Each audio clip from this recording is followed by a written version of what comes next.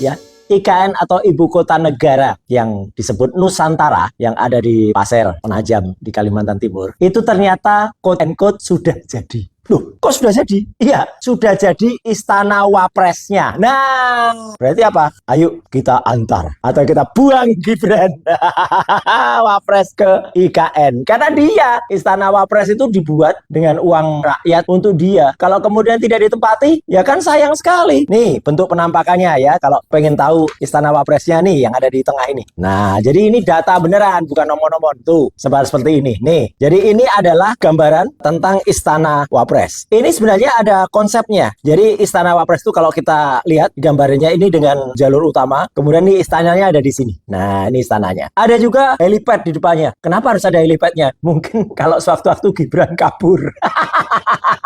Atau dia harus diterbangkan entah kemana, mungkin kalau mau detok atau kemana gitu dia diterbangkan cepet-cepet pakai helipad ini ya. Jadi ini pemberitaannya ada ya, udah jelas nih. Jadi ini bukan hoax, ini resmi. Foto-foto ini juga resmi, berasal dari otorita IKN. Nah, bentuk bangunannya ini kalau kita lihat nih gambarnya ada di sini. Ini konsepnya ada. Ini konsepnya adalah Huma Betang Umay dalam bahasa Dayak ya. Jadi konsep pembuatannya bagus, isinya yang nggak bagus ya. Maksudnya orang yang nempati. Mahkamah Konstitusi kan kemarin sudah menyatakan bahwa ibu kota kembali ke Jakarta sebelum ada Kepres, keputusan Presiden. Dan saya mendesak, nggak usah ada Kepres lah. Ngapain ada Kepres? Nanti uang kita kehilangan lagi lebih dari 300 triliun lagi. Sekarang saja untuk merawat dan kemudian menjaga bangunan-bangunan ini aja udah miliaran gitu. Ngapain juga ada Kepres untuk dipindah ke sana? Ini gedung ini bangunan Pas Pampres. Wow, Pas Pampresnya aja kayak gini gedungnya. Dan area parkir ini seluas 8.725 meter persegi. Luar biasa. Ada juga bangunan berupa gedung 3.754 meter persegi. Akan berada di bawah istana dan kediaman Wapres. Jadi masyarakat bisa lihat, rakyat ini uangnya digunakan untuk membangun istana Wapres kayak gini. Kalau tidak ditempati kan boncos nanti ya. Wapres ayolah, udahlah suruh ke sana aja secepatnya. Daripada ngerecokin di Jakarta, ngapain lagi gitu ya. Roy Suryo mendesak agar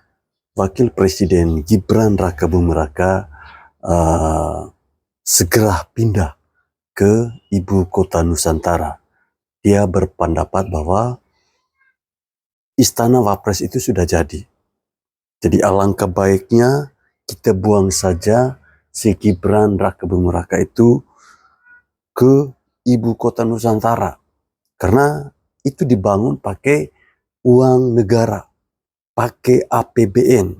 Nah, pernyataan dari Roy Suryo ini teman-teman, menurut keyakinan saya, atau saya berpendapat, dia menegaskan bahwa seakan-akan semua yang dibuat di IKN itu adalah kemauan dari Gibran. Ya. Padahal Istana Negara, ya, Ibu Kota Nusantara itu dibuat untuk kepentingan bersama.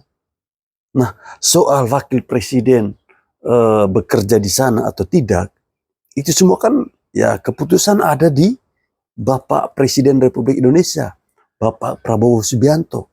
Ya, tidak bisa Roy Suryo membuat pernyataan seperti itu. Dan menurut saya sangat-sangat kasar. Ini loh, IKN sudah jadi, Istana Wapres sudah jadi. Jadi kita harus segera buang Gibran ke sana. Ya, dia tidak cocok di sini. Nanti apa ya? Kalau kita buat video balasan itu seperti ini teman-teman.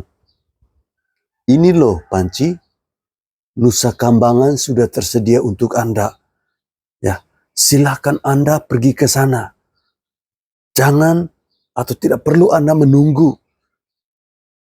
orang mengantar, ya, mengirim Anda ke sana.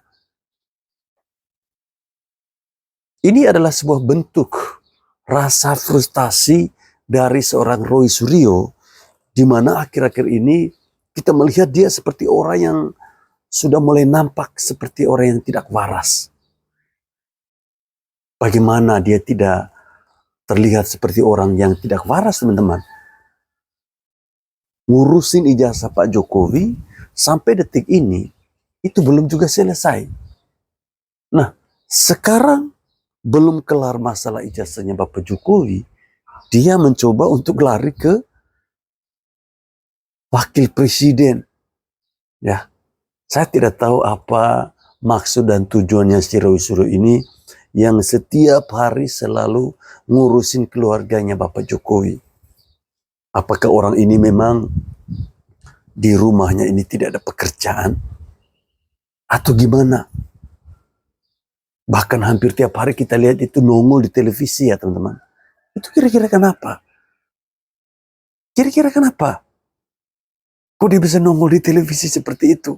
Ya, ini kan tidak lucu. Apalagi dia kan punya keluarga yang harus diurus. Tapi hari demi hari, minggu demi minggu, bulan demi bulan, hanya ngurusin keluarga Bapak Jokowi. Masa katanya tamatan UGM, masa sekelas UGM kerjaannya ngurusin kertas sepotong anak, kan tidak mungkin. Ya, tidak mungkin kan. Ini jangan-jangan dia ini iri ya.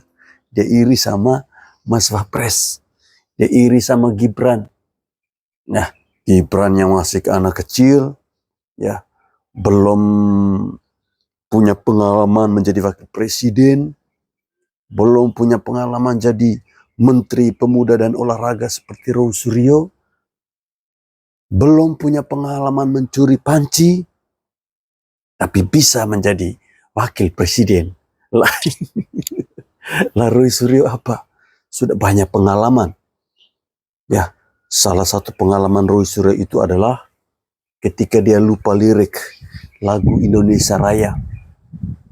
Kemudian dia mencoba untuk membaca ada sebuah kasus. Itu juga salah, ya prediksinya salah terkait dengan ahlinya dia. Kemudian punya pengalaman mencuri panci, tidur saat sidang. Dan banyak lagi, masih banyak pengalaman-pengalaman yang sudah dimiliki oleh si Roy Suryo. Tapi banyaknya pengalaman itu tidak bisa membuat dia serta-merta bisa menjadi presiden atau wakil presiden. Ya, jangankan presiden atau wakil presiden. Mungkin calon RT saja tidak ada yang pilih dia. Ya, siapa yang mau pilih Roy Suryo? Hah? Tidak ada yang mau pilih dia. Tapi kalau ada yang memilih Roy Suryo, saya yakin harga-harga panci pasti akan naik. Loh, kok bisa? Ya iya. Bayangkan, semua panci-panci itu dia akan timbun. Ya, dia akan timbun di rumahnya dia, teman-teman. Jadi itu yang mengakibatkan harga panci bisa naik. Nah, kembali kepada Gibran, wakil presiden kita yang banyak sekali membuat gebrakan-gebrakan dan bahkan ada kejutan-kejutan yang mungkin tidak pernah diprediksi oleh kita sebelumnya. Baru-baru ini kalau teman-teman melihat ketika beliau melakukan kunjungan ke Nusa Tenggara Timur, ya, tepatnya di Pulau Rote, ya, jadwal kunjungan seperti itu. Tapi tiba-tiba dia dihadang oleh mahasiswa di Bundaran Adipura, tepatnya kurang lebih sekitar 500 meter dari arah Bandara El Tari Kupang. Di situ mahasiswa memberikan seperti sebuah keluh kesah bahwa di daerah kami di Amfuang itu jembatannya putus, jalannya tidak bagus, tidak punya SPBU, harga BBM di sana mahal, MBG belum dapat. Dan mendengar keluhan itu, ya, beliau melanggar protokol istana. Dia tidak peduli, dia tidak pusing. Dan pada akhirnya dia di Rote itu tidak terlalu lama. Paginya acara di Rote, ya setelahnya itu langsung berangkat ke Amfuang pakai helikopter. Dan masyarakat di sana juga tidak pernah menduga bahwa akan ada wakil presiden Republik Indonesia yang datang ke daerah mereka. Daerah yang bahkan mungkin orang tidak tahu. Mungkin kalian juga tidak tahu Amfuang itu di mana. Tapi setelah Mas Wapres berkunjung ke sana, orang mulai tahu. Oh, Amfuang itu ada di Nusa Tenggara Timur. Oh, Amfuang itu termasuk dalam wilayah Negara Kesatuan Republik Indonesia. Dan ada sebuah momen menarik ketika Mas Gibran, ya, saat berbicara dia mencari seorang ibu hamil. Dan ternyata ibu hamil itu ada di sekitar dia. Dan dia mempersilahkan tempat untuk ibu hamil itu duduk. Bahkan untuk seorang anak. Ya, ini memang hal yang sepele. Ya, hal yang sepele. Tapi sangat sangat bersejarah bagi si ibu itu. Dan masih banyak lagi kejutan-kejutan yang ditujukan oleh Mas Gibran ketika dia datang ke sana. Ya, dia datang ke sana saja itu sudah merupakan sebuah kejutan yang sangat luar biasa. Dan harapannya ya kita tetap terus mengawasi. Semoga kunjungan yang dilakukan oleh Mas Gibran ke Amphoang itu ada dampak positifnya. Ada nilai tambahnya. Bukan hanya sekedar kunjungan, tetapi ada progres bahwa apa yang dijanjikan oleh pemerintah pusat dalam hal ini melalui Wakil Presiden Republik Indonesia itu bisa direalisasikan. Kira-kira seperti itu. Lucu juga ya teman-teman. Tadi kalau kita melihat bagaimana debat yang terjadi di salah satu televisi yang tahulah teman-teman ya. Tiap hari itu acaranya hanya bahas tentang bagaimana perkembangan dari ijazahnya Bapak Jokowi. Ya, semuanya membahas tentang itu. Tadi ketika dari pihak Bapak Jokowi mencoba untuk memberikan penjelasan, Refli Harun dan juga Roy Suryo itu ngamuk-ngamuk. Seperti orang yang kerasukan setan. Padahal kalau ya ketika mereka berbicara itu, pendukungnya Bapak Jokowi itu diam-diam saja mencoba untuk mendengarkan. Lah ini mereka ketika dikasih kesempatan kepada orang lain, mereka malah memotong. Seakan-akan mereka tidak mampu untuk mendengarkan apa yang dibicarakan oleh pendukungnya Bapak Jokowi. Seakan-akan di situ mereka mau menyampaikan bahwa ya kami malu bahwa yang Anda sampaikan itu benar. Ya, seakan-akan seperti itu. Makanya tidak heran, Refli Harun kok mau kabur ya. Pakai ngancam-ngancam. Itu tandanya apa? Coba teman-teman, jawab. Itu tandanya apa? Kalau orang yang ketika berdebat sudah tidak mampu ya beradu argumen, lalu berdiri dengan mencoba untuk main fisik, tandanya dia sudah kehabisan logika. Tandanya dia ingin membuktikan, dia ingin menunjukkan kepada semua orang bahwa yang kami buat saat ini adalah hal yang salah, tidak benar. Yang benar adalah ijazahnya Pak Jokowi itu ada. Kami hanya sengaja mencari sensasi biar nama kami ini tetap mengudara. Biar nama kami ini tidak hilang dengan jabatannya kami. Tahu kan Refli Harun? Ya betul, mantan pecatan. Roy Suryo? Teman-teman tidak tahu juga. Itu loh yang biasa curi panci. Itu loh yang lupa lirik saat menjadi Menpora. Tapi saya jadi bingung kenapa si Roy Suryo jadi seperti ini ya.